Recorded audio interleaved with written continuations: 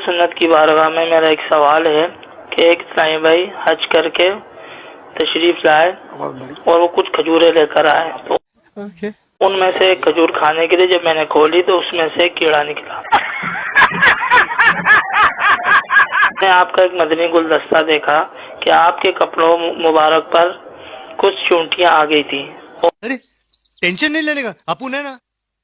और उन चूंटियों को आप छोड़ने के लिए वापसी गए जहाँ से वो चूंटियां आपके कपड़ों पर लगी थी।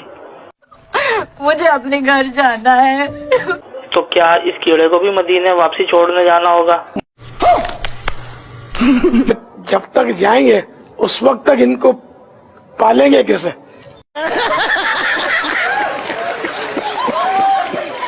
परवरिश कैसे होगी? और इनकी उम्र कितनी, इस तरह की मखलूक की उम्र ज्यादा आमतौर पर नहीं होती। क्यों? क्या हुई? 2-2, 4-4 दिन में भी ये वफात पा जाते हैं।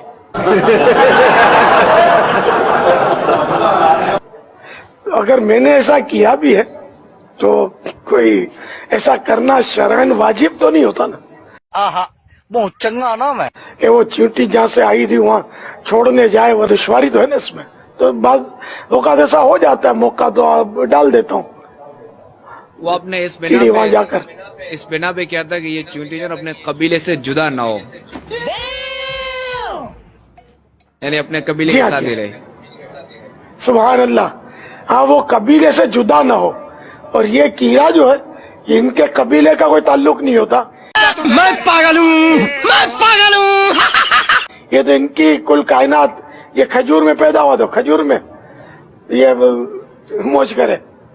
अब खजूर से निकाल दिया तो मदीने छोड़ने जाएंगे भी, तो मदीने में ये खाएंगे किस तरह? यही तो जुर्म है ना मेरा, यही तो जुर्म है ना मेरा। कहाँ इनको रखेंगे? बहरहाल मोहब्बत की बात है, दीवानगी की बात है। मरहबा।